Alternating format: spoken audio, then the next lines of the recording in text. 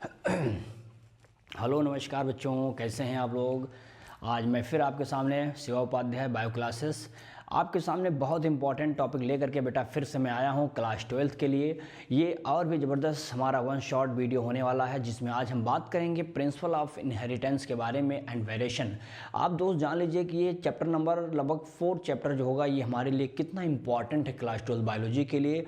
इसमें इतनी अच्छी अच्छी चीज़ें सीखने को मिलेंगी। इस वन शॉट में लगभग आप 1 से 1.5 घंटा हमारे साथ जुड़ जाइएगा, बहुत ही मज़ा आएगा इसमें। इस पूरे चैप्टर को हम लोग नस्ते नाबूद करने वाले हैं, एक एक पॉइंट को, बेसिक चीज़ों को भी हम इसमें समझेंगे। तो आइए सबसे पहले हम समझेंगे इसमें कि principle of inheritance and variation होता क्या है। इस चैप्टर को जानने के लिए दोस्त इसकी जो प्रिंसिपल, इसकी थ्योरी है, इसमें 2 चीज़ें हैं, इनहेरिटेंस एंड वेरिएशन। ये दोनों दोस्त हैं, ये दोनों दोस्त हमारे जिस ब्रांच में डील किए जाते हैं उसी का नाम है जेनेटिक्स। तो आइए सबसे पहले जेनेटिक्स के बारे में समझेंगे एंड हम इसमें समझने वाले हैं कि दोस्त ये जो जेनेटिक्स है यह एक ब्रांच है। यह एक ब्रांच है किसका? साइंस का, जिसमें हम लोग क्या करते हैं, इसमें हम लोग डील करते हैं दोस्त, जिसके अंदर हम क्या करते हैं, बायोलॉजी का एक साइंस है, या साइंस को या बायोलॉजी, अच्छा इसको बायोलॉजी लिख लो। ब्रांच है किसका? बायोलॉजी का, जिसके अंतर्गत दोस्तों हमको डील करना पड़ता, किसका? स्टडी करना पड़ता, डील करना पड़ता, स्टडी करना करता of inheritance and variation. Inheritance and variation.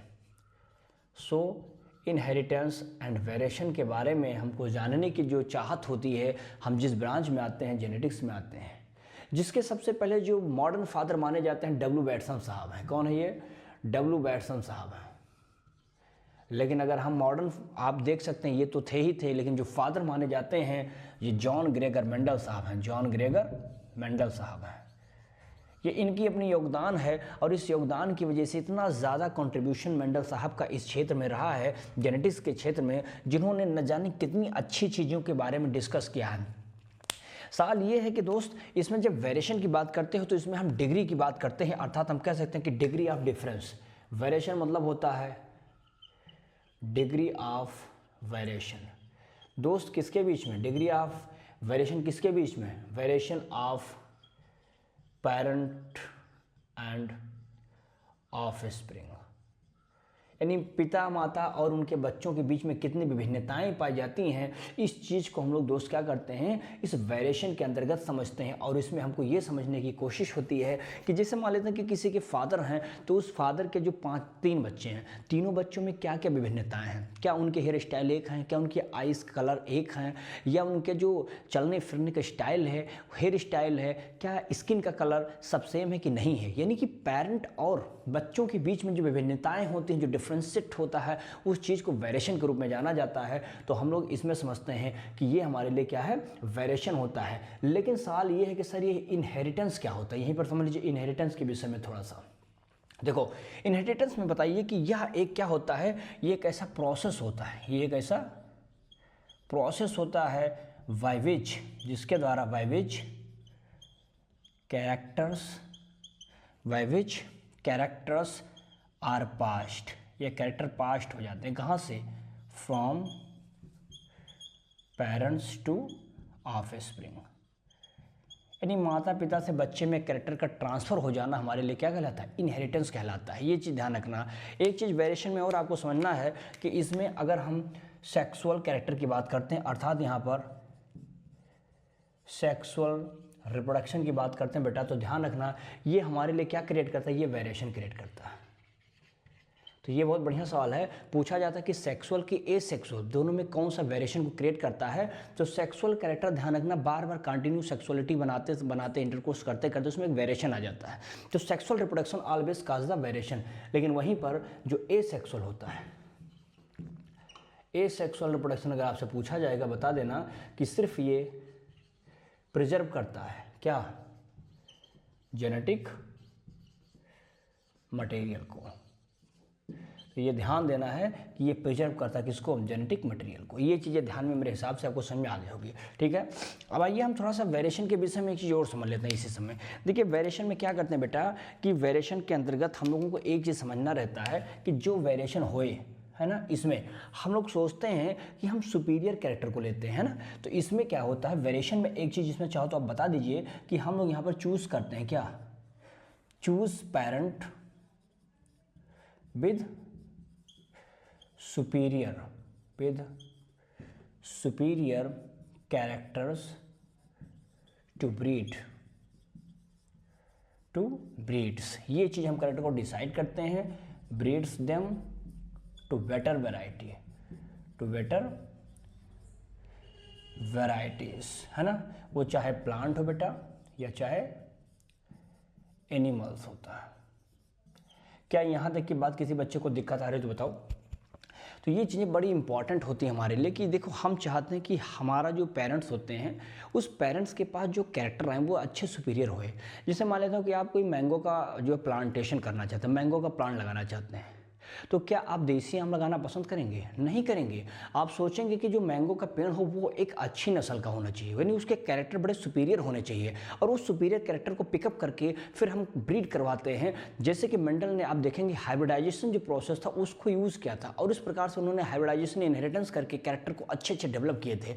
ठीक उसी तरह से ये भी चाहते हैं कि जो उनके पेरेंट्स हों उनके सुपीरियर कैरेक्टर आपस में क्रॉस कर सकें। जैसे आपने देखा होगा जो साहिवाल होता है, जिसमें एक एग्जाम्पल दे देता हूँ। देखो जैसे मैं यहाँ पे बताऊँ, यहाँ पे एक कैरेक्टर होता है बेटा साहिवाल गाय, Sahiwal cows.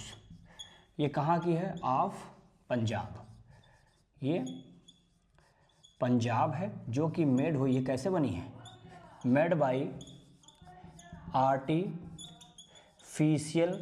Selection and domestication of ancestral, या जो एंसेस्ट्रल हमारे लिए जो कैरेक्टर्स होते हैं काऊ की, एंसेस्ट्रल काउस ऑफ पंजाब, या डोमेस्टिक एंसेस्ट्रल वाइल्ड काऊ कह लीजिए, वाइल्ड काऊ। इन दोनों के क्रॉस से ये हमारा जो कैरेक्टर्स बनता है, ध्यान रखिएगा, ये बना है। अब इसकी नस्ल अच्छी है, ये हमारे लिए बेहतर है, अच्छा दूध दे सकता है, अच्छा उसके अंदर विटामिन्स होंगे, अच्छे प्रोटीन होंगे। तो ऐसे कैरेक्टर हर एक पेरेंट चाहता है कि जो ऑफस्प्रिंग में जाए वो सुपीरियर कैरेक्टर आए। समझ पा रहे हैं? तो ये चीज़ें इसमें इंपॉर्टेंट होता है, जो जेनेटिक्स के बारे में थोड़ी बहुत आपको बैकग्राउंड जानना है। अब मैं इसके बारे में थोड़ा इंपॉर्टेंट दिख रहा है बेटा, कोई दिख रहा है, कोई दिक्कत इसमें नहीं है। चलिए बेटा, अब इसमें मैं थोड़ा सा इंपॉर्टेंट बात सॉरी, देखिए अब इसमें क्या है, कुछ अच्छे जेनेटिकल जो पार्ट हैं उनकी टर्मिनोलॉजी इसमें देखिए, तो मैं उसको बता देता हूँ। देखिए मैं नाम लिख करके एक्सप्लेन कर देता हूँ। देखो जैसे इसमें आपको बताना है जीन, ठीक है ना, जीन देखना है। जैसे बेटा इसमें आपको एलील देखना है। जैसे इसमें आपको बता देना है कि जीनोटाइप क्या है, जीनो एंड फिनोटाइप क्या होता है ना। जैसे इसमें आपको बताना है बेटा होमोजाइगस और हेट्रोजाइगस क्या है,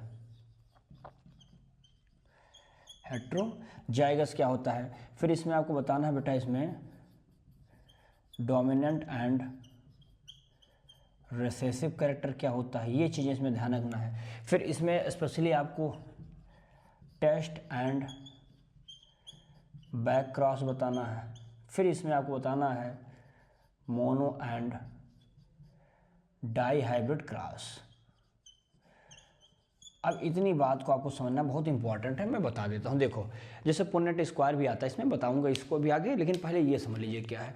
देखिए मेंडल ने दोस्त क्या किया था, अपने एक्सपेरिमेंट को शुरू करने से पहले बहुत सारी ऐसी टर्मिनोलॉजी दिया था, जिस टर्मिनोलॉजी को जानना हमारे आपके लिए बहुत ही बेहद इंपॉर्टेंट था। सवाल ये है कि सर जीन क्या है। आपने जाना होगा बेटा कि ये अगर मान लेता हूँ कि ये हमारा सेल हो जाए, हमने सेल में न्यूक्लियस दिखा देंगे और इसमें ऐसे क्रोमोसोम दिखा दिया।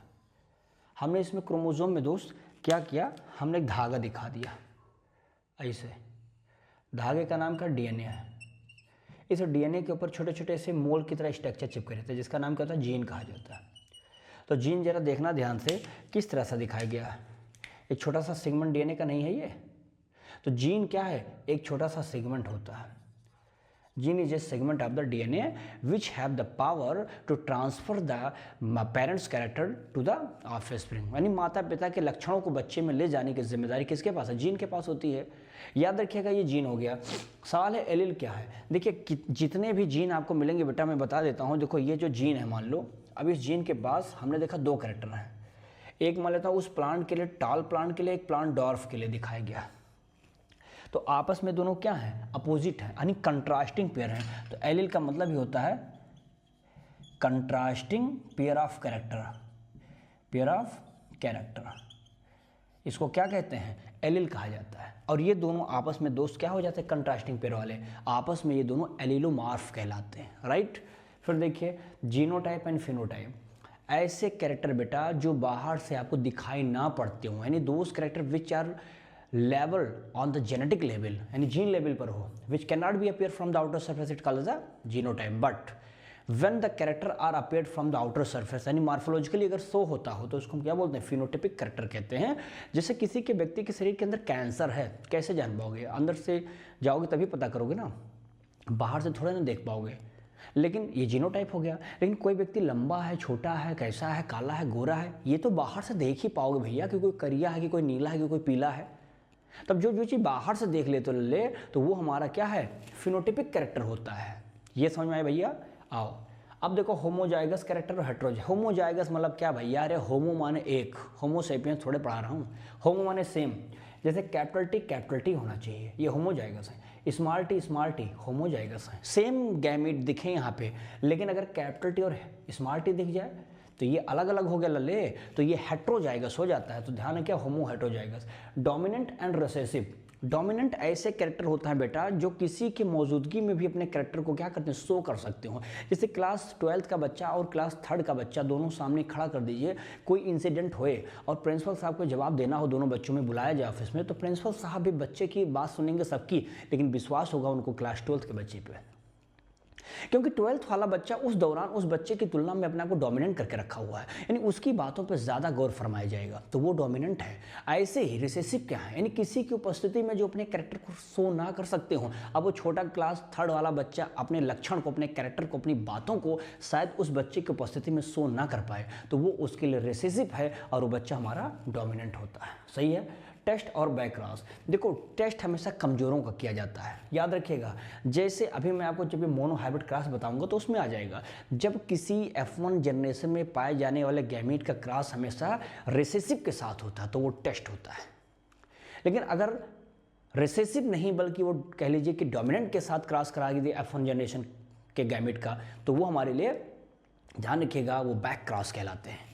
अब बात करते हैं मोनोहाइब्रिड और डाईहाइब्रिड। मोनोहाइब्रिड को बताने से पहले मैं मेंडल साहब के कुछ एक्सपेरिमेंट को आपके सामने शो करूंगा दोस्त, ताकि आपको मोनोहाइब्रिड क्रॉस के बारे में अच्छे से पता चल ही चाले, ठीक है ना। तो पहले इसको आप चाहिए तो स्क्रीनशॉट ले लें।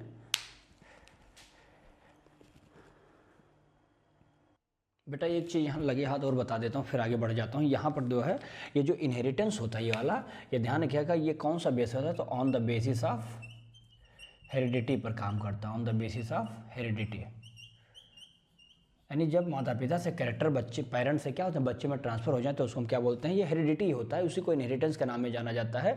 अब हम मोनोहाइब्रिड के बारे में भी बता रहे थे। हालांकि मोनोहाइब्रिड क्रॉस को प्रेजेंट टाइम में दोस्त ध्यान रखिएगा क्या बोलते हैं? प्रिंसिपल कह लीजिए, या इसी को बोलते हैं प्रिंसिपल ऑफ इनहेरिटेंस कहा जाता है, प्रिंसिपल ऑफ इनहेरिटेंस, है ना। जो जिसमें आपको मिलेगा, इसमें पहला रूल जो होता है भैया, इस पहले रूल का नाम होता है law of dominance. Law of dominance जो अपने कैरेक्टर को शो कर सकता हो किसी के सामने। और दूसरा हो जाता है लॉ ऑफ सेग्रीगेशन, और तीसरा भी डाईहाइब्रिड क्रॉस आ ही जाएगा, इसमें आपको बाद में बता देंगे जब बताएंगे। देखो लॉ ऑफ डोमिनेंस मतलब होता है कि कैपिटल टी और स्मॉल टी सामने रहें लेकिन कैपिटल टी का चर्चा ज़्यादा होए। लॉ ऑफ सेग्रीगेशन मतलब होता है कैपिटल टी स्मॉल टी दोनों थे लेकिन अलग कर दीजिए तो टी अलग हो जाता है और स्मॉल टी अलग हो जाए, यानी गैमेट को अलग करने का तरीका लॉ ऑफ सेग्रीगेशन है। डोमिनेंसी को शो करने वाले लक्षण को हम बोलते हैं लॉ ऑफ डोमिनेंस कहते हैं, ठीक है। तो चलिए अब मेंडल के कैरेक्टर को बताते हैं, अब इसके सॉल्व ले लीजिए फिर बताते हैं। चलिए भैया अब मेंडल चाचा के बारे में बात करेंगे। मेंडल एक ऐसे महान वैज्ञानिक ठहरे दोस्त, जान रखिएगा कि उस शताब्दी में ये माने जाने वैज्ञानिक थे। हालांकि इनके ज़िंदा रहने पे इनको वो क्रिएटिविटी या कह लीजिए उनको वो क्रेडिट नहीं मिला जिसके ये हकदार थे। हालांकि इनके मरने के बाद जो तीनों साइंटिस्टों ने, जिसमें अभी आएंगे कोहेन साहब हैं, शेरमार्क हैं और भी ये सारे मिल करके लोगों ने क्या किया, इनका क्रेडिट खुद लिया। इनको नोबेल प्राइज़ मरणोपरांत मिला। ये भी अपने आप में चैलेंजिंग था कि बताइए जो वैज्ञानिक उस समय इतनी डिस्कवरी किया था वो बात में वो सक्सेस हुआ मरने के बाद। हालांकि इनकी जिम्मेदारी, ये फेलियर क्यों थे वो बता दूंगा मैं मेंडल का। क्योंकि दोस्त ये ध्यान रखिएगा कि इनको हम लोग क्या बोलते हैं, father of genetics, father of genetics. ये सब बच्चे को पता होगा, बचपन से पढ़ते आ रहे क्लास 9th 8th से। बस ये क्या क्या इन्होंने यूज़ क्या कर दिया था, उस समय फैक्टर का इस्तेमाल किया था। इस वजह से इनको कोई सफलता भी नहीं मिली। हालांकि इस फैक्टर को बाद में जब जोहानसन ने डिस्कवर किया तब इसका नाम पड़ गया था क्या, जीन, याद रखिएगा। फिर एक काम यह था कि अच्छे खासे ये क्या थे, मैथमेटिशियन थे, लेकिन इनका रुख बहुत ज़्यादा प्लांट में ज़्यादा था कि ये प्लांट ग्रो कैसे कर रहा है, कलर कैसे हुआ, यानी क्यूरियोसिटी बहुत ज़्यादा थी। इसलिए इनका रुझान आ गया किसमें, बायोलॉजी के फील्ड में। और बायोलॉजी के फील्ड में आने के बाद जो व्यक्ति शुरू से मैथमेटिशियन रहा हो, अचानक अपने उस हैबिट को, उस एडिक्शन को छोड़ नहीं पाता है, समय लगता है, यानी उसको समय भी लगता है, वो उसी के सहारे छोड़ पाता है। फिर यानी ये मैथमेटिक्स का भाव भी इसमें कहीं ना कहीं बायोलॉजी में छोड़ रहे थे, यानी इन्होंने मैथमेटिक्स का इस्तेमाल कर दिया, मैथमेटिक्स का भी यूज़ कर दिया, मैथमेटिकल किया। लेकिन ये जितनी भी बातें करते थे, ध्यान रखिएगा, सबका एक डाटा सेलेक्ट करते थे, डाटा स्टोर कर लेते थे और इस बारे में खूब ज़्यादा गहन अध्ययन करते थे। हालांकि साइंटिस्ट ने इनका जो है ज़्यादा रुझान इनकी तरफ किया नहीं और ये धीरे धीरे इनके जो एक्सपेरिमेंट थे ये कह लीजिए बिल्कुल ख़त्म होते चले गए।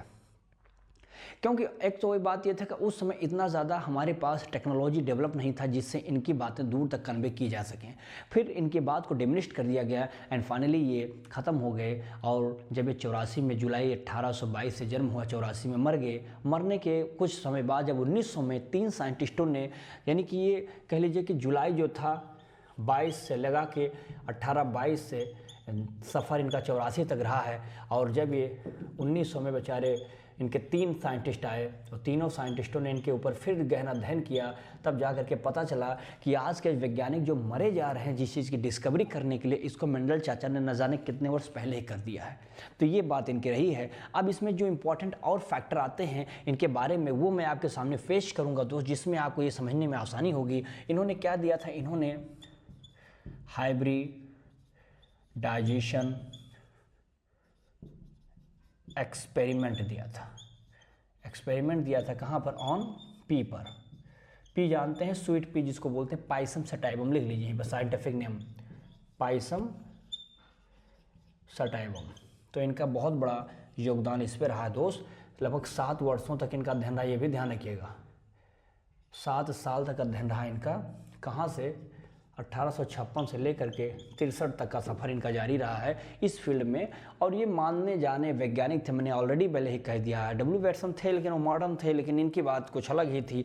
और इन्होंने हाइब्रिडाइजेशन एक्सपेरिमेंट किया। जो इनका वेस्ट था दोस्त, यानी इनका जो वेस्ट कहाँ था, based on result, based on result on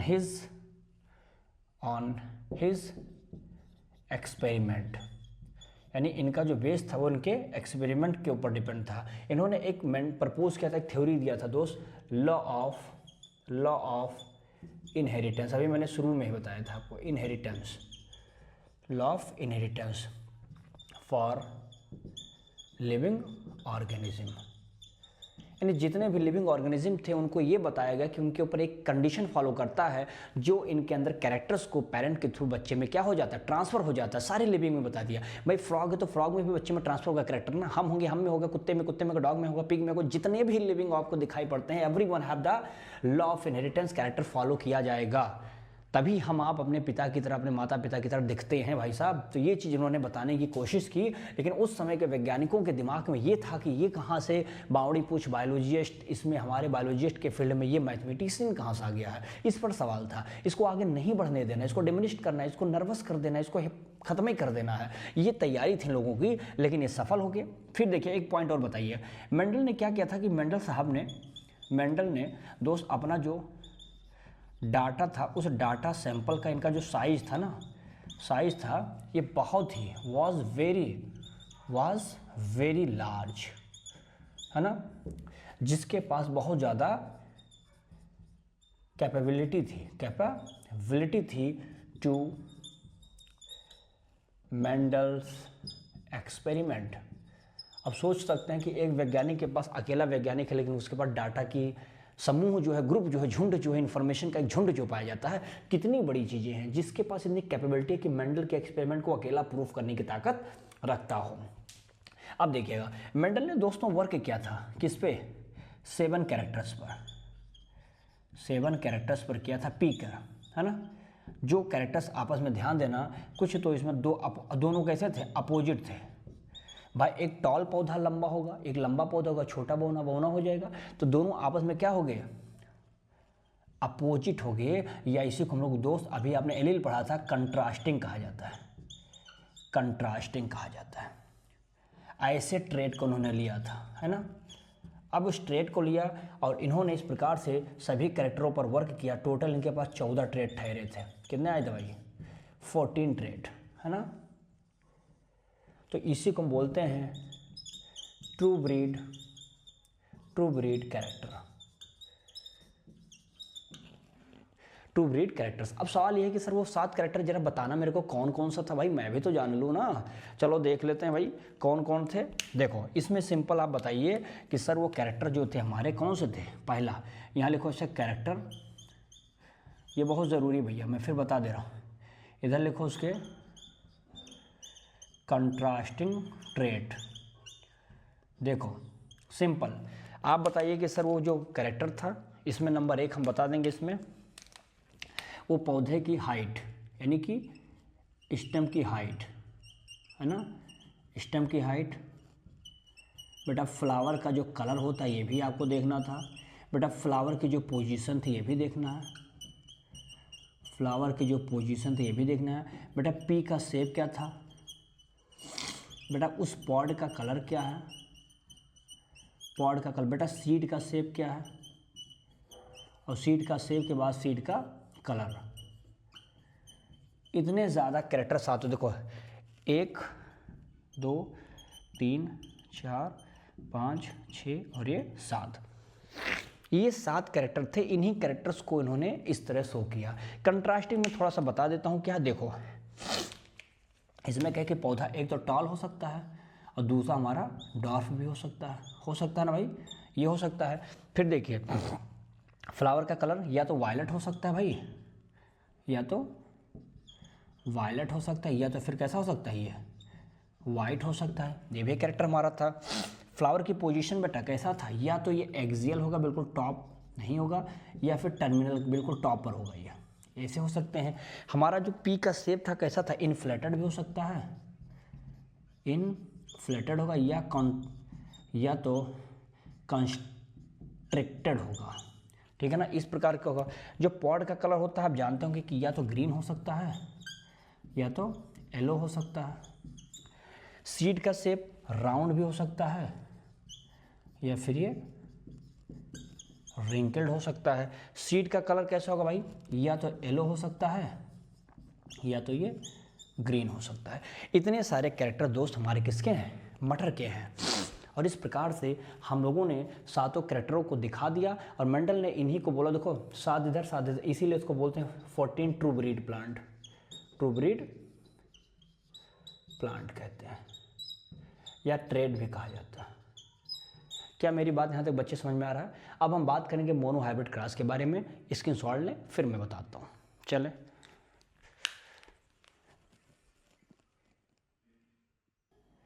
चलिए बेटा, अब इसमें हम देखेंगे। देखिए मोनो हाइब्रिड क्रॉस में क्या होता है कि सारे कैरेक्टर, ऑल कैरेक्टर क्या होते हैं, ऑल कैरेक्टर्स आर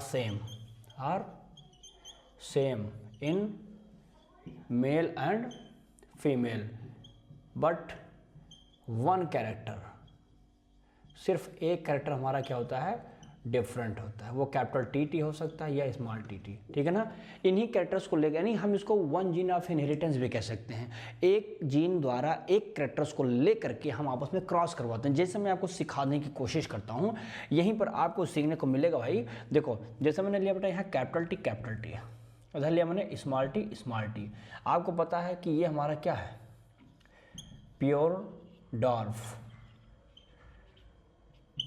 चूँकि ये पेरेंट होते हैं, ध्यान रखिएगा। ये भी हमारा प्योर टॉल है और ये हमारा क्या है, पेरेंट होते हैं। तो ये पेरेंट हो गया। इन दोनों को गैमेट बनाओ, कैपिटल टी अलग करो, इनका करो स्मॉल टी अलग हो गए। अब ये हमारे बन के क्या तैयार हो गए भाई साहब, गैमेट्स बन के रेडी हो गए हैं। अब इनका क्रॉस करवाओ, पहले इनका करवाओ इन लोगों के साथ। तो यहाँ पर कैपिटल टी स्मॉल टी, इनका फिर इसके साथ कैपिटल टी स्मॉल टी, इनका इनके साथ कैपिटल टी स्मॉल टी, ये इसके साथ कराओ तो कैपिटल टी स्मॉल टी। जरा बेटा यहाँ ध्यान से देखना, क्या आपको इस F1 जनरेशन में किसी प्रकार का आपको इनके पिता की तरह कुछ मिल रहा है? क्या पेरेंट हमारा कैपिटल टी था, स्मॉल टी था? इसमें कहाँ मिला ये वाला, कोई मिला है क्या? देखो इसमें तो सब नए मिल गए हैं। अब बाकी लोगों में बड़ी हड़बड़ी मच गई भाई कि पिता माता इस रूप में है, बच्चे इस तरह हैं, कैसे? जैसे मान लो इंडियंस सब पेरेंट होते हैं, अब उनके जो बच्चे हों बिल्कुल अंग्रेज की तरह दिख जाएं, ताजुब तो होगा ही ना। मेंडल ने कहा घबराओ नहीं, मैं बताऊंगा कहाँ से आया है वो अंग्रेज। ऐसे इन्होंने कहा कि जब F1 जनरेशन में तुम्हारे एक भी बच्चे मैच तुम्हारे पेरेंट्स से ना कर पाएँ तो तुम घबराना नहीं है भाई, इसको सेल्फिंग कर लो आगे, सेल्फ क्रॉस। यानी इसमें हम लोग क्या करेंगे, सेल्फिंग करेंगे। सेल्फिंग समझ लीजिए क्या है, सेल्फिंग मतलब होता है कि ये सब चारों गैमेट सेम है, यानी कैपिटल टी स्मॉल टी बना दो इसको ऐसे। और इनके गैमेट जरा अलग करो, यहाँ से गैमेट अलग करोगे, capital T small T gamete अलग कर दिया। अब जरा ध्यान देना, अब जरा क्रॉस कराओ इस मरतबा फिर से इनका इनके साथ, पहले capital T small T, capital T, फिर इनका इनके साथ कैपिटल टी स्मॉल टी, इनका इनके साथ कैपिटल टी स्मॉल टी। अब जरा दिमाग लगाओ, कहाँ पे बना, ये हमारा कुछ बना है, ये कुछ और बन गया है, ये कुछ और बना है, ये कुछ और बन गया है। अब बाबू जरा दिमाग लगाओ, कैपिटल टी स्मॉल टी हमने एक तो प्योर लिया था, ये देखो प्योर वाला आ गया, नहीं आ गया पापा की तरह, वो ये देखो पापा की तरह मिल गया, नहीं मिल गया। तो ये हमारा दोस्त क्या हो गया, अब यहाँ पर हमने लिखा, यहाँ पर जीनोटाइप और फिनोटाइप, इन्हीं कैरेक्टर्स को निकालना रहता है। देखिए कुछ ना करना है, जीनोटाइप मतलब जेनेटिक लेवल है, उसको छोड़ दो, फिनो पहले आओ। कैपिटल टी कितने हैं, डोमिनेंट 1, डोमिनेंट 2, डोमिनेंट 3 लिखो, और रेशियो लिखो। स्मॉल टी वाले कितने, 1 है, यहाँ 1 लिख दो। ये हमारा फिनोटाइप है। जीनो में आओ, जीनो मतलब प्योरिटी की बात करता हो, सेग्रीगेशन की बात करूँगा, प्योर कौन है, प्योर गैमेट की बात करूँगा। कैपिटल टी स्मॉल टी नहीं है, प्योर ये क्या है, 1 रेशियो प्योर। यहाँ पे देखो ये दोनों क्या हैं, ये और ये दोनों हाइब्रिड हैं तो टॉल डोमिनेंट है, लेकिन हाइब्रिड है, दोनों मिक्स हैं, ये हेट्रोजाइगस गैमेट है। 2 हो गया रेशियो। एक प्योर यहाँ है स्मॉल टी वाला, तो ये हो गया 1:2:1। तो ध्यान देना, जब जीन लेवल पर उसकी प्योरिटी की बात करते हो तो जीनोटिपिक कैरेक्टर में आते हैं जो ऐसे दिखाए जाते हैं। फिनोटिपिक मतलब होता है जो डोमिनेंट रखो, चाहे वो हाइब्रिड हो, चाहे होमोजाइगस हो, चाहे हेट्रोजाइगस हो, डजंट मैटर।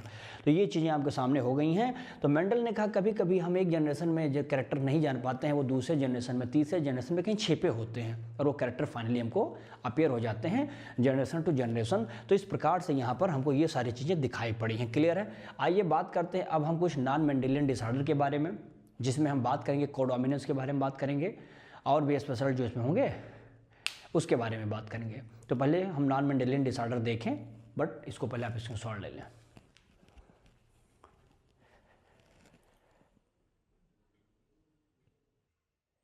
देखो भाई, अगला आ गया है नॉन मेंडेलियन इनहेरिटेंस। देखिए मेंडल के अलावा भी कुछ ऐसे होते हैं जो इनहेरिटेंस कर जाते हैं, जिसमें सबसे पहले मैं बात करूंगा इनकम्प्लीट डोमिनेंस। देखो इनकम्प्लीट मतलब होता है नॉन कैरेक्टर, यानी नॉन इनहेरिटेंस होना चाहिए। यानी इसमें दोस्त नाम से क्लियर हो गया, जिसमें आप समझ सकते हैं एज अ नेम जो इंडिकेट करता है, इनका जो नेम इंडिकेट करता है, इनका जो है नेम इंडिकेट करता होगा, आप देख रहे होंगे none of two allele, none of two allele, अर्थात आएंगे दोनों। लेकिन ध्यान दीजिएगा बेटा कि इसमें जो प्रोजनी में कैरेक्टर आएंगे ना, जो प्रोजनी में कैरेक्टर्स आएंगे वो हमारे कैसे होते हैं, इंटरमीडिएट हो जाता है, यानी एक डिफरेंट आ गया। अर्थात सोचिए कि रेड, जैसे सोचो एक ब्लैक कलर का फादर, एक वाइट कलर की मदर, दोनों को क्रॉस करके कोई एक नया कलर का पिंक कलर का बन जाए, तो ये इंटरमीडिएट हो गया। तो यही चीज़ें हमको देखना है कि इसमें कैसे चेंज हो गए इनकम्प्लीट में। जो हम सबसे बेस्ट एग्जाम्पल समझेंगे बेटा, किस में समझेंगे, हम स्नैपड्रैगन के एग्जाम्पल में समझ लेंगे। देखो एग्जाम्पल लीजिए यहाँ पे किसका, फ्लावर ऑफ स्नैप ड्रैगन, है ना, स्नैप ड्रैगन या डॉग फ्लावर कहते हैं इसी को, क्या बोलते हैं बेटा, डॉग फ्लावर कहते हैं, है ना। ये चीज़ें ध्यान रखना है इसमें क्या होता है। हालांकि इसमें आपको एक और समझना, मिराबिलिस जलापा,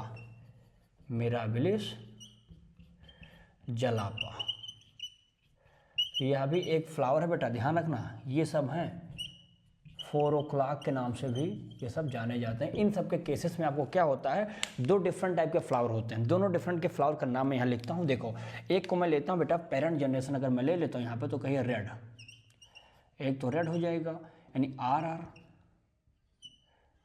ठीक ना।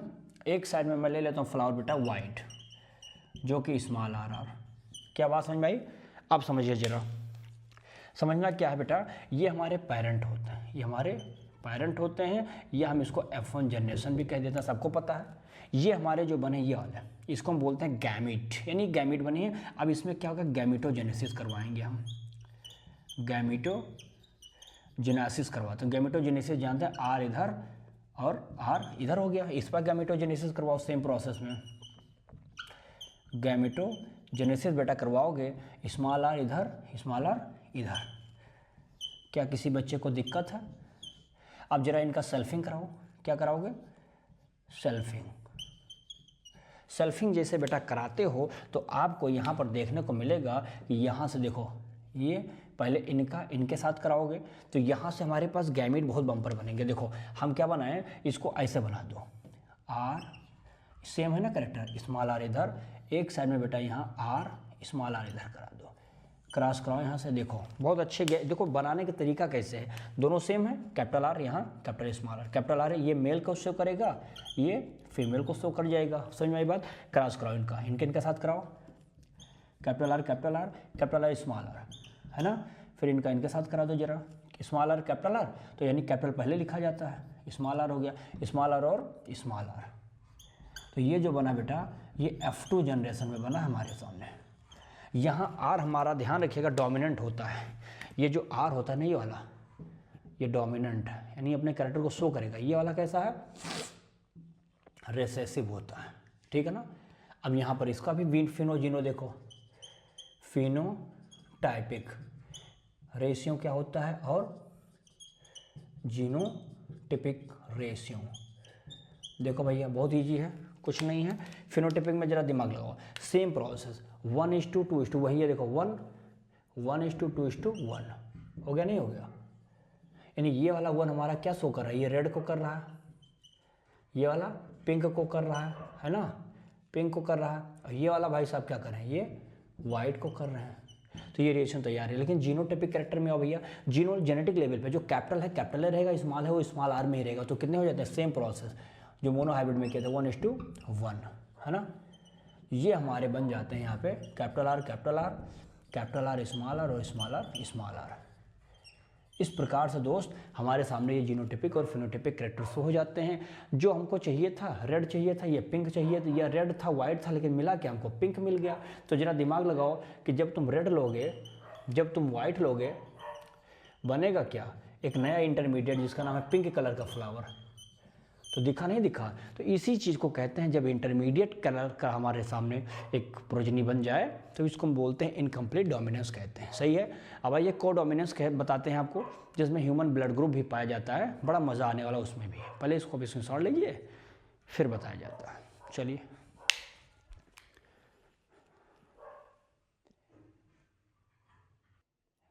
चलिए बेटा, को डोमिनेंस नाम से क्लियर है कि इसमें कोडोमिनेंस के केस में हमको ये समझने की आवश्यकता है दोस्त कि ये इंडिकेट करेगा बोथ एलील हैं। इसमें कितने हैं, बोथ एलील हैं, बोथ एलील है बेटा, लेकिन इसमें क्या करना है, ये एक्सप्रेस करते हैं एक हाइब्रिड फॉर्मेट में। ये एक्सप्रेस करते हैं क्या, ये एक्सप्रेस करते हैं एक हाइब्रिड।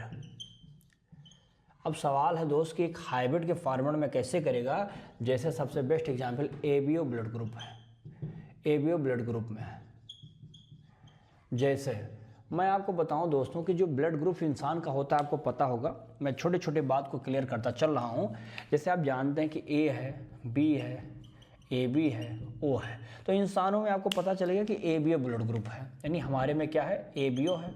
ये A B O blood group जो होता है, जो कंट्रोल किया जाता है बेटा एक जीन के द्वारा होता है। कंट्रोल किया जाता है किसके द्वारा, एक जीन के द्वारा, जिसका नाम होता है आई जीन। क्या नाम है, आई जीन होता है। इस आई जीन का एक क्वालिटी होता है दोस्त कि इसके पास क्या होता है, इसके पास 3 एलीलो फॉर्म होते हैं, 3 एलील होते हैं इसके, जिसका नाम होता है आई ए, आई बी और आई ओ।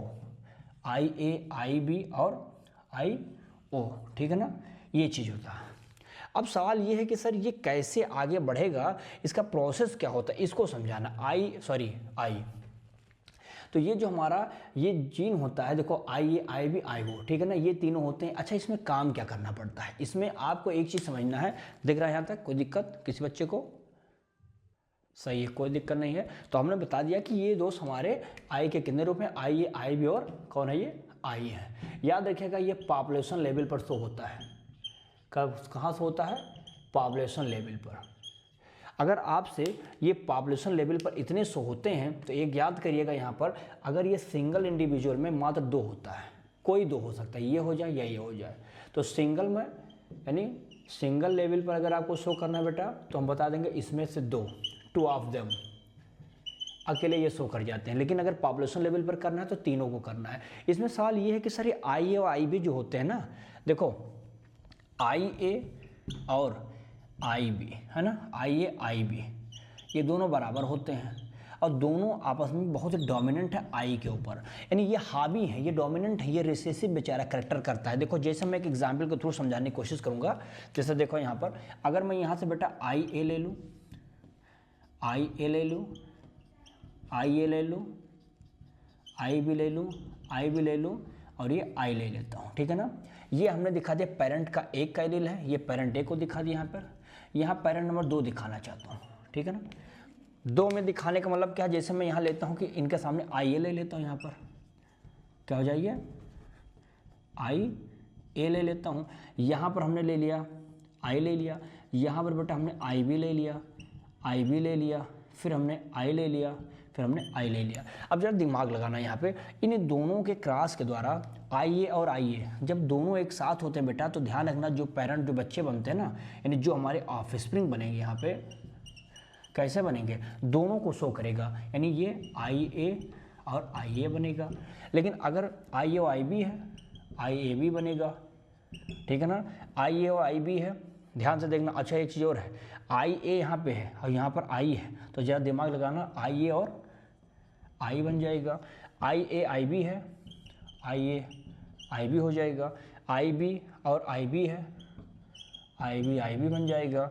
आई बी और आई बन जाएगा। आई है और यहाँ पर क्या है, तो ये हमारे आई ही बन जाएंगे। अर्थात जरा देखो ब्लड ग्रुप निकालो इनका, ये ए है तो ब्लड ग्रुप यहाँ क्या बनेगा, ब्लड ग्रुप देखो ये ए बन जाएगा क्योंकि ए दोनों डोमिनेंट हैं। यहाँ पर बी है ना, यहाँ पर देखो ए हमेशा हावी है, देखो यहाँ पर कहाँ गया ये, यहाँ पर देखो आई ए और आई, तो यहाँ पर क्या बन जाएगा, ए ही बन जाएगा। लेकिन यहाँ ए बी दोनों है तो यहाँ पर हम ले लेंगे क्या, ए बी ब्लड ग्रुप ले लेंगे बेटा। और यहाँ यही तो क्वालिटी है, ए के साथ जब बी आता है देखो ये और ये एक हाइब्रिड बन गया, नहीं बन गया। इसमें कोई नहीं कह सकता कि मैं दादा हूँ, नहीं, दोनों का मिक्सअप हो गया, यानी कि दोनों हाइब्रिड तैयार हैं। और यहाँ पर देखो बी बी हैं तो ये बी ब्लड ग्रुप हो जाएंगे। यहाँ पर आई और बी है तो यहाँ पर ब्लड ग्रुप बी ही बन जाएगा। जब आई दोनों हो जाते हैं बेटा तो ब्लड ग्रुप ओ बन जाता है। तो हमको समझना क्या था इसमें, ये वाला, ये हमारा बन के तैयार हो गया क्या, हाइब्रिड ब्लड ग्रुप हो गया, नहीं बन गया, यही शो करना था, हो गया आराम से। तो ये कभी कभी ध्यान रखना कि जब दोनों कैरेक्टर्स आपस में ये कोई ना कह पाए कि मैं डोमिनेंट हूँ या मैं रिसेसिव हूँ, दोनों हैं, दोनों हावी हैं, तो ऐसे लक्षणों को बेटा हम लोग पढ़ते हैं किसमें, कोडोमिनेंस के केसेस में पढ़ते हैं, जो कि एबीए ब्लड ग्रुप सबसे बेस्ट एग्जाम्पल इसका होता है। उम्मीद है कि आपको चीज़ें समझ में आ गई होंगी। अब एक छोटी छोटी बातें हैं, मैं आपको समझा देता हूँ। देखो यहाँ पर मैं कुछ टॉपिक लिख देता हूँ, उसको समझ लीजिएगा। यहाँ पर लिखता हूँ, देखो पहला लिख लेना बेटा, इसमें हम बता देंगे क्या, एक तो हो जाएगा मल्टीपल एलील, है ना, मल्टीपल एलील्स, ये इंपॉर्टेंट है। देखो यहाँ जब मोर देन 2 एलील आपस में कंट्रोल करते हो, क्या होता है इसमें, मोर देन 2 एलील गवर्न करते हो सेम कैरेक्टर को। जब एक ही कैरेक्टर को एक से ज़्यादा, जब ये कैरेक्टर हमारे क्या करते हैं, गवर्न करते हैं बेटा, जैसे अभी एग्जाम्पल आपने लिया ही था एबीओ ब्लड ग्रुप में, देखो आई ही था, आई बी आई, तो ये हमारे किस में आ जाते हैं, मल्टीपल एलील में आते हैं। एक पॉइंट इसमें और समझना बेटे, आपको समझा रहा हूँ। देखो एक तो ये हो गया, बी नंबर ले लिया, पॉलीजेनिक इनहेरिटेंस क्या है, पॉलीजेनिक इनहेरिटेंस। देखो नाम से जैसे है वही सेम प्रोसेस है। कुछ ऐसे बेटे ट्रेट होते हैं, देखो यहाँ लिख लो, सम ट्रेट्स आर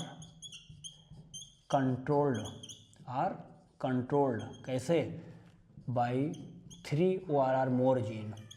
यानी जब 3 या 3 से ज़्यादा जीनों से जब कोई कैरेक्टर, कोई लक्षण हमारे कंट्रोल किए जाते हों, तब इसका नाम होता है पॉलीजेनिक इनहेरिटेंस कहा जाता है। सबसे बेस्ट एग्जांपल आप ह्यूमन स्किन ले लीजिएगा। किसका ले लेंगे यहाँ पे, ह्यूमन स्किन। तो एग्जांपल लीजिए, ह्यूमन स्किन का कलर और उसके हाइट, यानी हमारे हाइट भी एक जीन से नहीं बल्कि कई सारे जीन से मिलकर कंट्रोल किए जाते हैं। हमारे शरीर का जो स्किन का कलर है मेलेनिन वाला, ये भी एक नहीं एक से ज़्यादा जीनों से कंट्रोल किए जाते हैं। तो मुझे उम्मीद है मल्टीपल एलील, पॉलीजेनिक क्या हो जाता है, ये सारी बातें आपको क्लियर हो गई होंगी।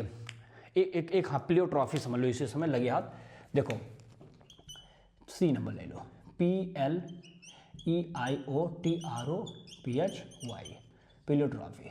जब एक सिंगल जीन, बेटा ध्यान रखिएगा, क्या होगा इसमें, सिंगल जीन कंट्रोल करता हो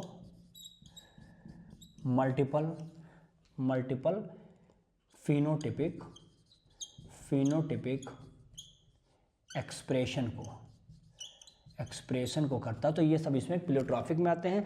जैसे एग्जाम्पल में PKU ले लीजिए, फेनिलकेटोन्यूरिया, PKU सही ना, सबसे बेस्ट एग्जाम्पल PKU ले लीजिए। तो ये प्लियोट्रॉफी जीन के द्वारा कंट्रोल किए जाते हैं। तो ये पूछा जाता है कौन सा जीन करता है, तो प्लियोट्रॉफी जीन, सही है।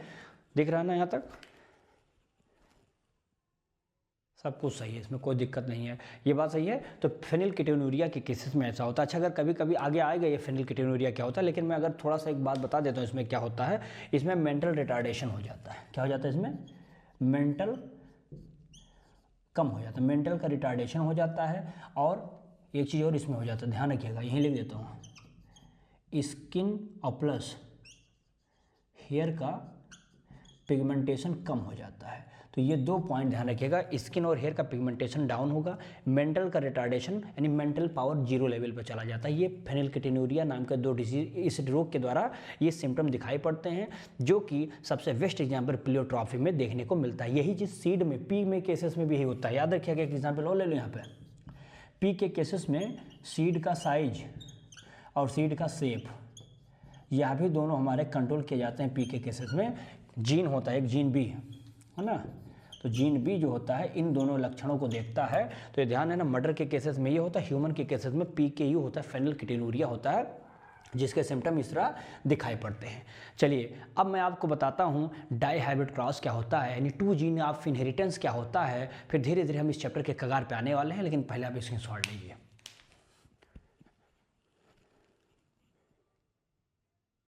चलो बेटा, अब हम आप बात करेंगे नेक्स्ट पे डाई हाइब्रिड क्रॉस, या इसी को 2 जीन ऑफ इनहेरिटेंस कहा जाता है। इसमें जान लीजिए कि बहुत ही आसान तरीके से आपको ये बता देना है बेटा कि इसमें हमको क्या करना है, हमको इसमें राउंड एलो, एक साइड में आपको राउंड एलो लेना है, अर्थात यहाँ पर ध्यान देना बेटा, हमको कैपिटल आर वाई वाई है ना, एक तो ये वाला राउंड एलो सीट ले लेना, इसको लेकर चलना है।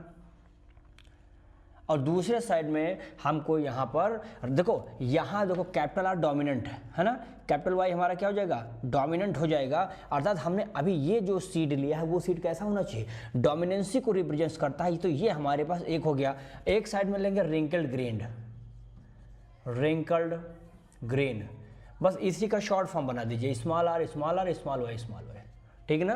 तो ये दोनों रिंकल्ड ग्रीन और राउंड येलो, इन दोनों को दोस्त आपस में हमको क्रॉस करना है। अर्थात इनको जब गैमीट बनाओगे तो ये हमारा कुछ इस तरह से बन जाएगा। तो ये हमारे गैमीट हो जाएंगे। गैमीट इसके बनेंगे कैसे, देखो इसी का जब क्रॉस कर दो, देखो ध्यान से, कैपिटल आर कैपिटल वाई दिखा, इसके साथ हो गया कैपिटल आर स्मॉल वाई, इसके साथ हो गया। अब स्मॉल आर के साथ करना है तो स्मॉल आर कैपिटल वाई, देखो इसके साथ हो गया। अब स्मॉल आर इसके साथ हो गया। ये 4 गैमीट बन गए। अब इन्हीं चारों गैमीट को दोस्त हम लोग इधर बनाएंगे। देखो ध्यान से, इसे गैमीट बना यहाँ पे।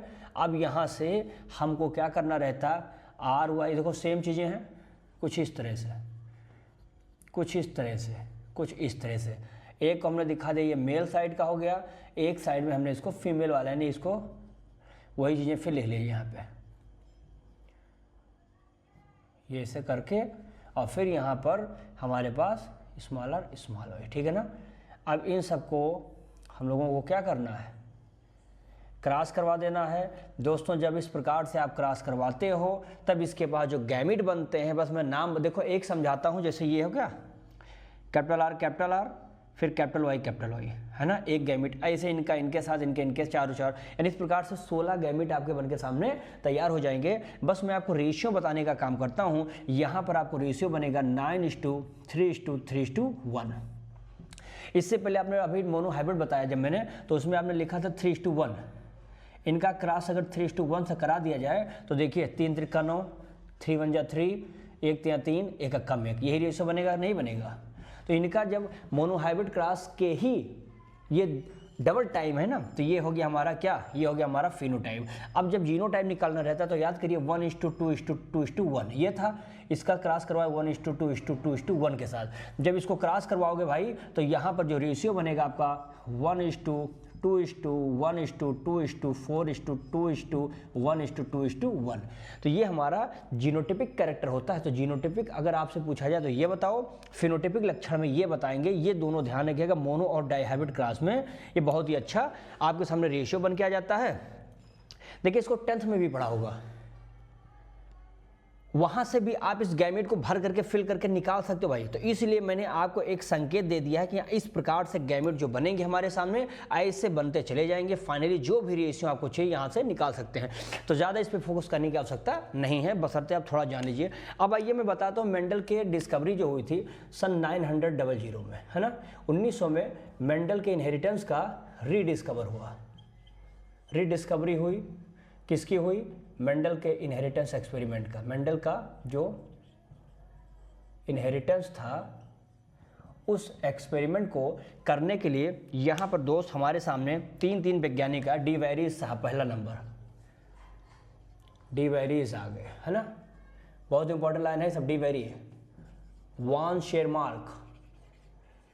शेरमार्क साहब पहुँच गए यहाँ पे, है ना, ये पहुँच गए।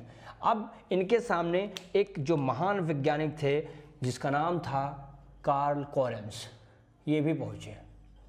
इन लोगों ने दोस्तों मेंडल साहब के किए हुए वर्कों को फिर से रीडिस्कवर करना शुरू कर दिया और ये देखा कि मेंडल सर ने जो चीज़ें डिस्कवरी उस ज़माने में की थी वो आज के समय में लोग साइंटिस्ट जूझ रहे थे कि कैसे किया जाए। तो कितनी बड़ी अचीवमेंट मेंडल साहब की थी, जो इनकी कह लीजिए कि अनरिकग्नाइज्ड थी, जिसको पहचान ही नहीं पाए कुछ लोगों ने। लेकिन जब इनकी डिस्कवरी फिर से 1900 में इन तीनों वैज्ञानिकों ने की थी, जिसके लिए इनको पता होगा कि बाद में नोबेल प्राइज़ भी दिया गया है, तो ये भी अपने आप में मतलब कह लीजिए टैलेंट है इनके पास। ये चीज़ें ध्यान रखना। तो ये हमारे लिए मेंडल का अपना अलग जो डाइहाइब्रिड मोनोहाइब्रिड ये क्रॉस था, ये इसके थ्रू आपको दिखाया गया। अब यहाँ पर कुछ थ्योरी दिए जाते हैं बेटा, जिसको मैं बताऊँ कुछ। जब मेंडल साहब ने डिस्कवरी की, अब इनके पास बहुत सारे ऐसे क्रोमोजोमल डिस्कवरी आना शुरू हो गया। अर्थात इनके पास अगली हेडिंग आप बता सकते हैं यहाँ पे, क्रोमोजोमल थ्योरी ऑफ इनहेरिटेंस। सवाल ये है कि सर जब मेंडल साहब थे तो इन्होंने फैक्टर बताया था कि कुछ ऐसे कह लीजिए जो कंक्रीट फैक्टर होते थे वो आगे ट्रांसफर होते थे, लेकिन वो फैक्टर को डिफाइन नहीं कर सके थे। फैक्टर को डिफाइन किया गया सन 909 में, जब आए हमारे जोहानसन ने जब जीन के बारे में बता दिया, तब पता लगा नहीं, मेंडल ने सही कहा था, वो फैक्टर मतलब जीन था जो पेरेंट के थ्रू बच्चे में पहुंच जाता है वाया द क्रोमोसोम। सवाल समझ में आया।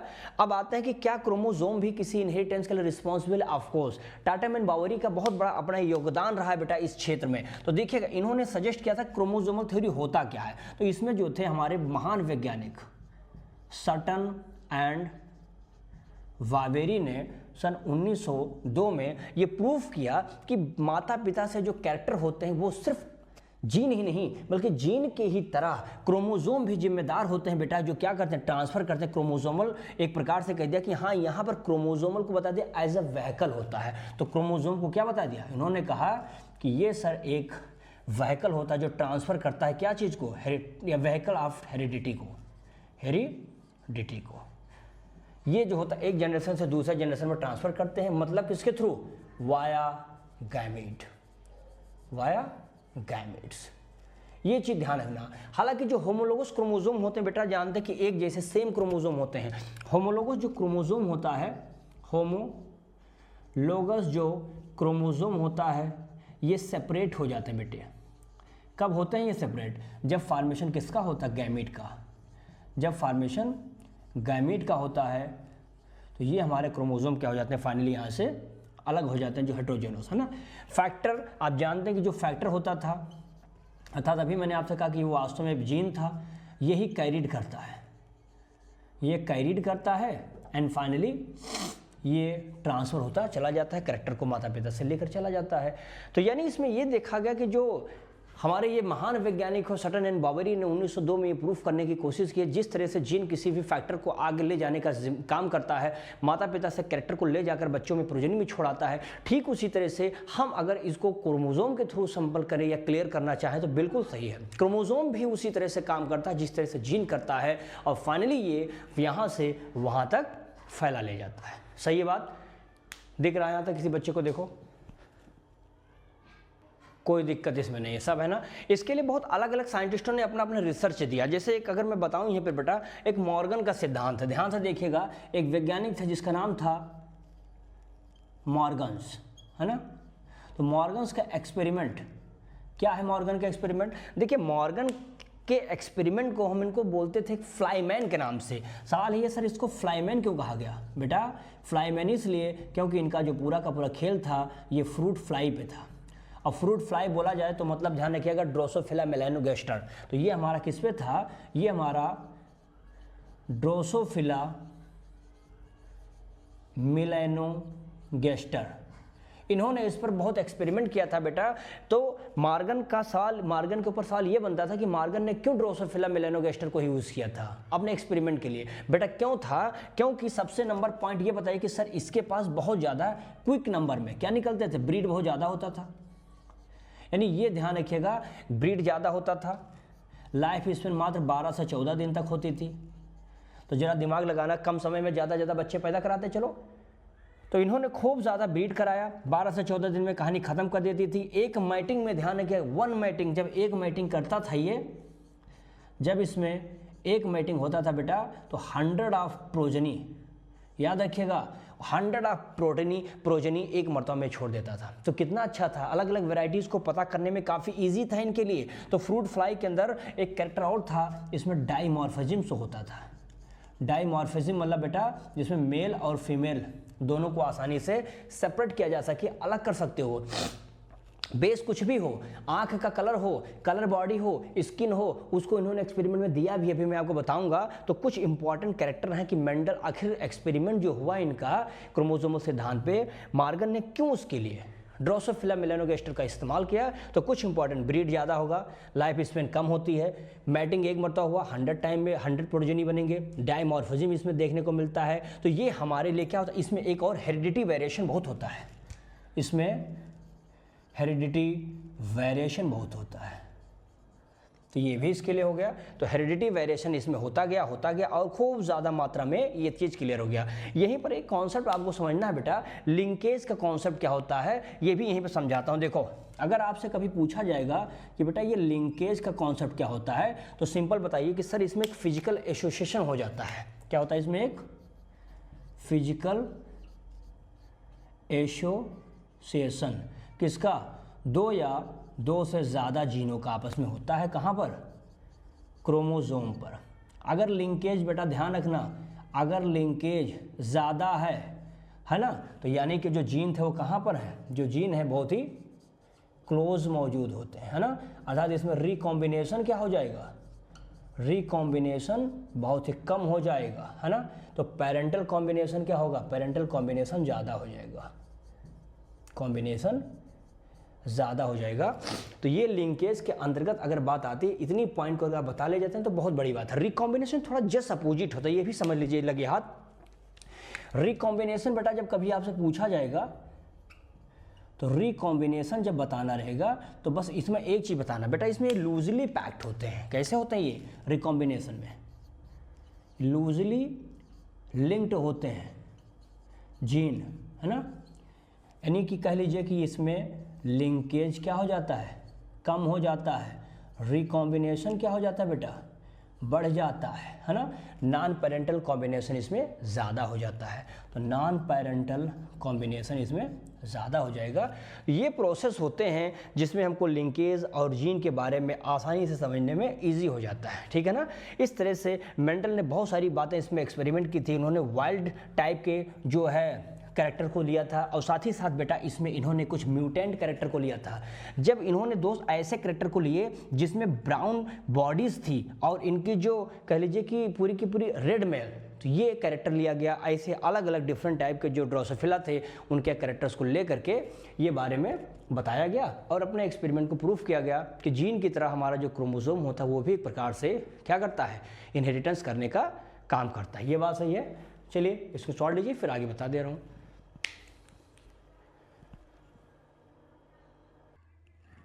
चलिए भैया आगे इसमें देखेंगे बेटा।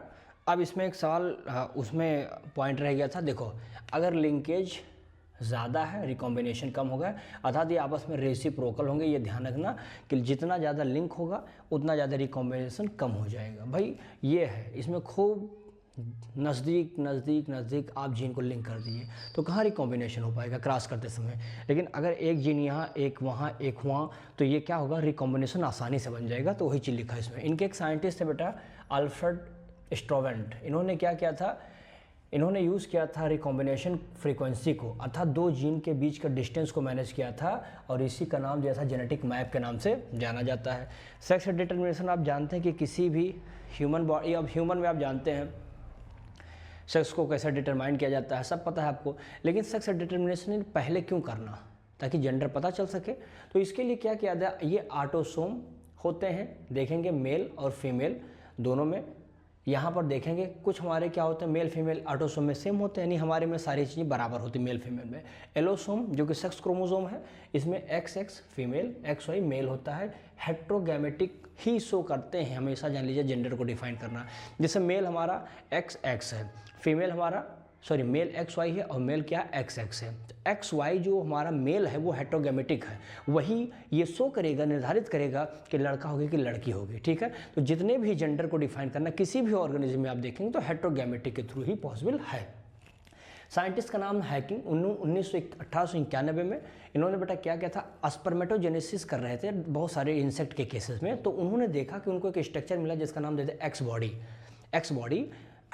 फिर बाद में कहा गया उसी का नाम दे दिया एक्स क्रोमोसोम कहा गया। इस प्रकार से उन्होंने कुछ ऑर्गेनिज्म के बीच में सेक्स को डिटरमाइन करने का काम किया है। जैसे आप देखेंगे अगर X0 मैकेनिज्म है, यानी इसमें X0 हमारा हेट्रोगैमेटिक है, यही शो करेगा कि बच्चा लड़का है कि लड़की होगा। ये हम देखते हैं इसमें फीमेल XX है, किस में होगा ये बेटा? इंसेक्ट में और कुछ ग्रास हॉपर में देखने को मिलता है।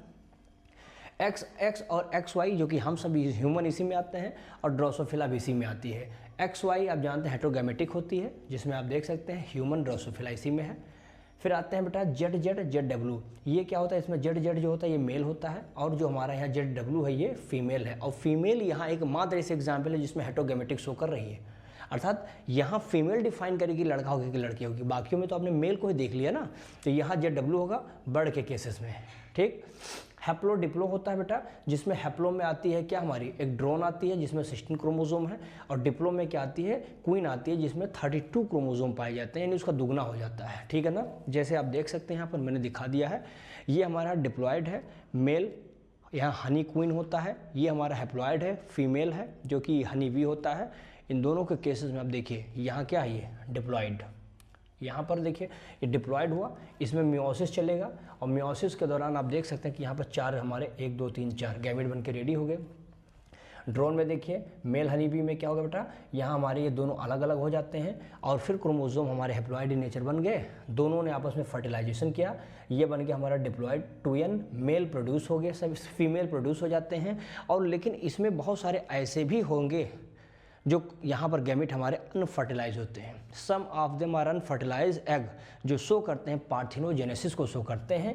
एंड पार्थिनोजेनेसिस आप जानते हैं कि हैप्लॉयड मेल प्रोड्यूस हो जाते हैं बिना फर्टिलाइजेशन के, पार्थिनोकार्पिक और पार्थिनोजेनेसिस, जेनेसिस मतलब हो गया एनिमल में फॉर्मेशन हो गया, फाइनली यहाँ पर ये रेडी हो जाता है। तो इस प्रकार से हम लोगों ने सेक्स को डिफाइन करने के लिए, डिटरमाइन करने के लिए ये तरीके हैकिंग साहब ने अडॉप्ट किया। फिर आते हैं इसमें म्यूटेशन क्या है, अब जानते हैं कि sudden change of the body क्या बोलते हैं, म्यूटेशन कहते हैं। वो 2 प्रकार के हैं बेटा, एक फ्रेम शिफ्ट होता है जो पूरा का पूरा AUG ये पूरा का पूरा सटे गायब हो जाए, एक होता है फ्रेम शिफ्ट होता है जिसमें GUG है तो U गायब हो जाए, इसके स्थान पर V आके लग जाए, जैसे आप देखेंगे सिकल सेल एनीमिया में होता है, वेलिन हमारा वेलिन और ग्लूटामिक एसिड में देखा ना वो उसमें चेंज हो जाता है, तो GUG गॉग एंड गू उसी में बदल जाता है, यानी एक हमारा मध्य बेस पर चेंज होता है, जिस वजह से ये सिस्टम देखने को मिलता है।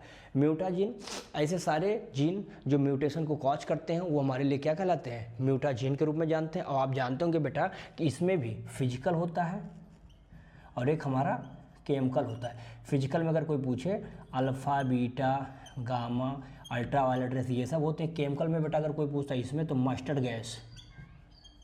गैस होता है इसमें, और इसमें पूछा जाए एसिटिक एसिड होता है, फार्मिक एसिड है ना, ये सब इसी में, फार्मेलिन, अमोनिया, ये सब जान लीजिए म्यूटेशन को कॉज कर सकती हैं, तो ये म्यूटेशन हो गई।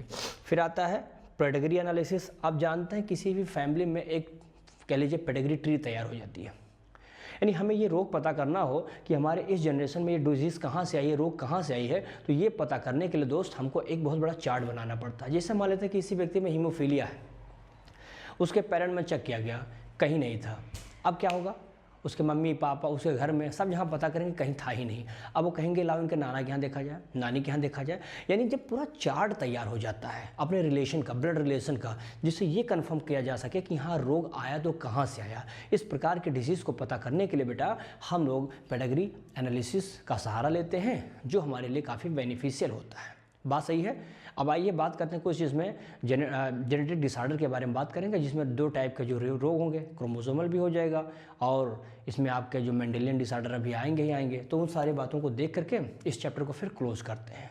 स्क्रीनशॉट लीजिए फिर बता देता हूँ।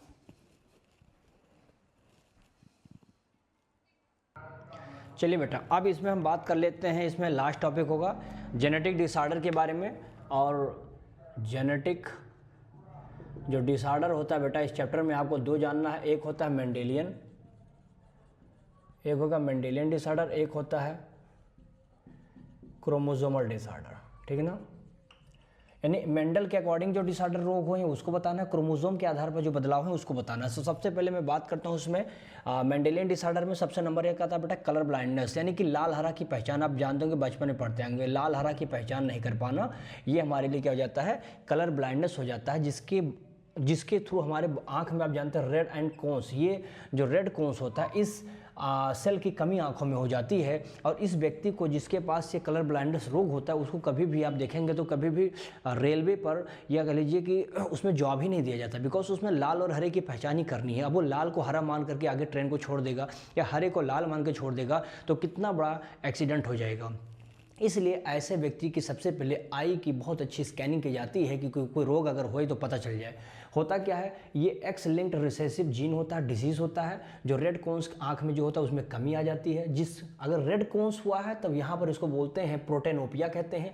अगर ग्रीन सेल की कमी से हुआ है या ग्रीन टाइप का जो डिजीज़ हुआ है तब हम इसको बोलते हैं ड्यूटरनेपिया। तो ड्यूटरनेपिया भी कहा जाता है। 80% बेटा ये मेल में होता है, 0.04% आपके फीमेल के शरीर में ये देखने को मिलता है। तो 0.4% बहुत लेस होता है फीमेल में, मेल में सबसे ज़्यादा है, क्योंकि मेल में हमारे पास XY है, उसमें XX है। इसमें अगर रोग हुआ तो ये बैलेंस कर देगा, लेकिन हमारे में रोग हुआ तो ये बैलेंस नहीं कर पाएगा, तो हमारे में ज़्यादा मात्रा में ये होता है। Second, haemophilia. बचपन से पढ़ते चले आए हो कि अगर एक मरतबा कहीं शरीर में कट लग जाए तो कभी खून का थक्का जल्दी नहीं जम पाता। ये महारानी विक्टोरिया से हमारे देश में आया था दोस्त। और ये क्या होता है, एक्स लिंक्ड रिसेसिव ये भी रोग होता है, जो ब्लड की क्लॉटिंग नहीं हो पाती है due to just lack of the protein. कुछ प्रोटीन की कमी की वजह से ऐसा होता है। आगे फाइब्रोनोजिन वगैरह जो होगा जानेंगे। ये क्वीन विक्टोरिया से हमारे यहाँ पे आया है। ये मेल में आप देखेंगे तो बहुत ही फीमेल में रेयर होता है, मेल में ज़्यादा होता है। अगला है सिकल सेल एनीमिया। आप जानते हैं कि हमारी आरबीसी जो शेप होती है वो हसिया के आकार की हो जाती है, यानी उसके सरफेस पे ऑक्सीजन की कमी हो जाती है, वो उसका टेंशन बढ़ जाता है, ऑक्सीजन को पिकअप नहीं कर पाएगी, बॉडी में सफोकेशन हो जाएगा, व्यक्ति वैसे भी मर जाएगा। क्या होता है, ये ऑटोसोमल रिसेसिव डिजीज़ होता है, जिसमें ग्लूटामिक एसिड आप जानते हैं वैलिन एसिड के रूप दोनों आपस में एक्सचेंज हो जाते हैं। बेस पेयर ये पॉइंट म्यूटेशन है इसमें, और ये क्या करता है 6 कार्बन नंबर पर बीटा ग्लोबिन चेन में आपको देखने को मिलता है, क्योंकि हमारा जो हीमोग्लोबिन होता है वही ऑक्सीजन को पिकअप करता है, और वह क्या करता है जब शेप उसका हसिया बन गया तो आगे ऑक्सीजन को सप्लाई नहीं कर पाता, तो ये रोग हो जाता है। PKU फेनिलकीटोन्यूरिया, अभी मैंने आपको बताया भी था कुछ समय पहले, ये इनबॉर्न होता है बेटा, तो इनबॉर्न एरर मेटाबॉलिज्म में हो जाता है ये रोग, तब ये डिजीज़ देखने को मिलता है। जिसमें होता क्या है, हमारे शरीर में एक एंजाइम की कमी हो जाती है, फेनिलएलेनिन हाइड्रोक्सिलेज एंजाइम। तो फेनिलएलेनिन हाइड्रोक्सिलेज एंजाइम की कमी हो जाने से बॉडी के अंदर आप देखेंगे तो फेनिलएलेनिन हमारा टायरोसिन में नहीं बदल पाता है, जिस वजह से फेनिलएलेनिन खूब ज़्यादा मात्रा में बॉडी में एक्युमुलेट हो जाता है, जमा हो जाता है, जिससे मेंटल रिटार्डेशन हो जाता है, बुद्धि खत्म हो जाती है, धीरे धीरे वो इस प्रकार के रोगों से पीड़ित हो जाता है। थैलेसीमिया, ये भी एक रोग है जो ऑटोसोमल रिसेसिव डिजीज़ होता है। इसमें देखेंगे तो यह एक प्रकार से डिलीशन या कुछ ना कुछ म्यूटेशन हो जाता है जीन में, जिसकी वजह से काज होता है। 2 तरीके का होता है, अल्फा थैलेसीमिया जब क्रोमोसोम 16 पे होता है, बीटा थैलेसीमिया क्रोमोसोम 11 पर होता है। तो ये ध्यान देना है बेटा आपको। फिर इसमें आपको बताना है कि हमारे पास जो आता है कौन सा है, इसमें बोलते हैं क्रोमोसोमल डिसऑर्डर है। क्रोमोसोमल डिसऑर्डर में 2 प्रकार का होता है, एक का नाम होता है एनिप्लॉइडी, एक का नाम है पॉलीप्लॉइडी। एनिप्लॉइडी में ध्यान रखना, ये हमारे कुछ मेन फैक्टर हैं, जिसमें अगर हमारे क्रोमोसोम में 2 कम हो गया क्रोमोसोम, इसको न्यूलिसोम कहते हैं, 1 कम हो गया मोनोसोमी कहते हैं, 1 बढ़ गया ट्राइसोमी होता है, 2 बढ़ जाने से टेट्रासोमी कहा जाता है।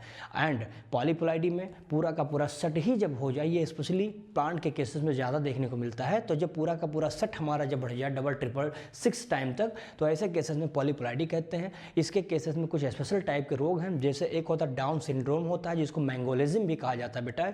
ये 21 क्रोमोसोम पर एक बढ़ जाता है, जिसको ट्राइसोमी कहा जाता है। 47 क्रोमोसोम टोटल हो जाते हैं। इसको सबसे पहले लैंगडॉन डाउन ने देखा था, 1866 में देखा था बेटा। ये बोथ में होता है, मेल फीमेल दोनों में ये पाया जाता है। क्लीनफेल्टर सिंड्रोम 44 क्रोमोसोम होगा, इसमें एक एक्स क्रोमोसोम बढ़ जाता है, टोटल 47 हो जाते हैं, और एक्स्ट्रा एक्स क्रोमोसोम मेल में बढ़ जाता है, जिससे वह मेल हमेशा फीमेल की तरह काम करना शुरू करता है, उसकी हरकतें लगता है जैसे लड़कियों की तरह हो जाता है। इस प्रकार में आप देख सकते हैं, इसको हम बोलते हैं गायनेकोमेस्टिया कहा जाता है, और मेल हमेशा स्टेराइल हो जाता है, यानी बच्चे को जन्म नहीं दे सकता है। टर्नर सिंड्रोम, इसमें टोटल 45 हो जाता है, क्योंकि इसमें 44 तो होगा ही होगा, लेकिन एक एक्स होगा, लेकिन एक गायब हो जाएगा, जिससे हम देखेंगे फीमेल की बॉडी में एक एक्स हमारा यहाँ गायब हो गया, लेस हो गया एक एक्स, जिससे हम देखते हैं कि ओवरी होगी लेकिन रूडिमेंट्री होगी, किसी प्रकार का उसमें ओवा नहीं बन पाएगा, यानी फीमेल हमारी स्टेराइल नेचर की हो जाएगी, बच्चे को जन्म नहीं दे सकती है।